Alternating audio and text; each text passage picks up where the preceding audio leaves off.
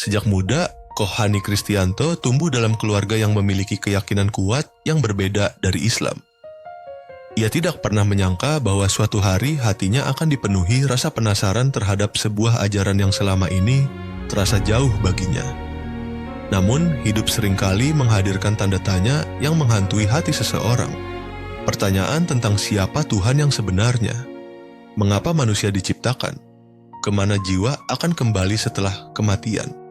Ia mencari jawaban di banyak tempat, namun hanya Islam yang membuatnya diam dalam kekaguman. Agama ini tidak memvisualisasikan Tuhan dalam bentuk apapun, tidak gambar, tidak patung, tidak sosok. Allah itu mutlak, tidak bergantung kepada apapun, tidak serupa dengan ciptaan. Ia melihat umat Islam dari berbagai bangsa bersujud menghadap arah yang sama.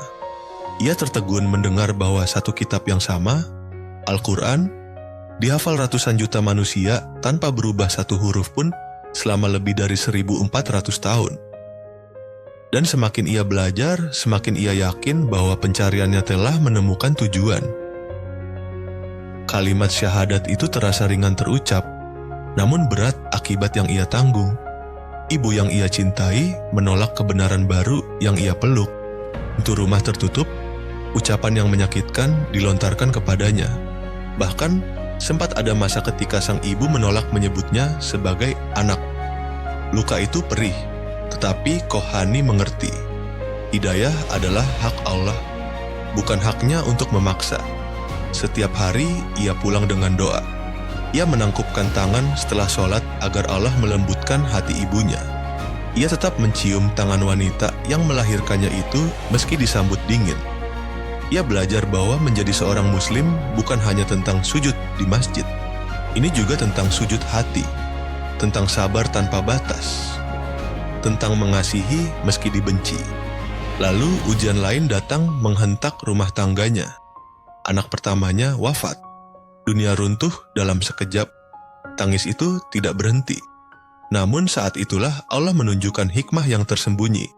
Tetangga datang tanpa diminta. Para jamaah memeluk mereka tanpa mengenal siapa mereka sebelumnya. Jenazah buah hatinya diperlakukan dengan penuh kehormatan. Doa mengalir seperti sungai yang tidak pernah kering. Ibu Kohani menyaksikan semuanya. Dalam diamnya, ia bertanya pada diri sendiri, mengapa agama yang selama ini ia ragukan justru memperlihatkan kasih sayang yang begitu agung. Sejak hari itu, pintu hati yang dulu menolak mulai membuka celah kecil bagi cahaya masuk. Ia mulai mengikuti kajian Islam. Ia mendengarkan ayat yang indah itu. Ia melihat Islam bukan dari isu atau prasangka, tetapi dari akhlak anaknya sendiri. Air mata yang jatuh saat ia mendengar syahadat bukan lagi air mata penolakan, melainkan harapan. Dari kehilangan seorang anak, lahirlah sebuah tekad. Kohani menamai tekad itu Ikhlas Foundation, sebuah amal jariah untuk putra kecilnya, Denis Ikhlas Hanisan. Ia berjanji untuk membantu siapapun yang diguncang takdir seperti dirinya. Ia membuka pintu bagi para mualaf yang dicaci keluarganya. Ia menyediakan ambulans gratis, dokter gratis, obat gratis. Ia membangun dan mewakafkan rumah bagi mereka yang bahkan tidak memiliki sepetak pun untuk tidur. Masjid As-Siddiq di Cikeas menjadi rumah yang terbuka 24 jam untuk siapa saja. Muslim atau bukan, datanglah jika engkau butuh pertolongan. Dan karya itu tidak berhenti. Bersama Dai Lapas Nasional, ia bersahabat dengan mantan narapidana yang ingin memulai hidup baru. Ia membuka program hapus tato gratis demi membantu orang yang menyesal meninggalkan masa lalunya. Ia menyaksikan keajaiban kecil satu demi satu. Pemuda yang dulu tidak bisa membaca satu ayat kini melafalkan kalam Allah dengan air mata. Preman yang dulu keras kini sujud lama dan tidak sanggup bangkit karena menyesal dan takut kepada Allah. Ketika ditanya dari mana datangnya semua dana, semua tenaga, semua keajaiban itu, ia hanya menggeleng. Baginya ini bukan miliknya, ini titipan.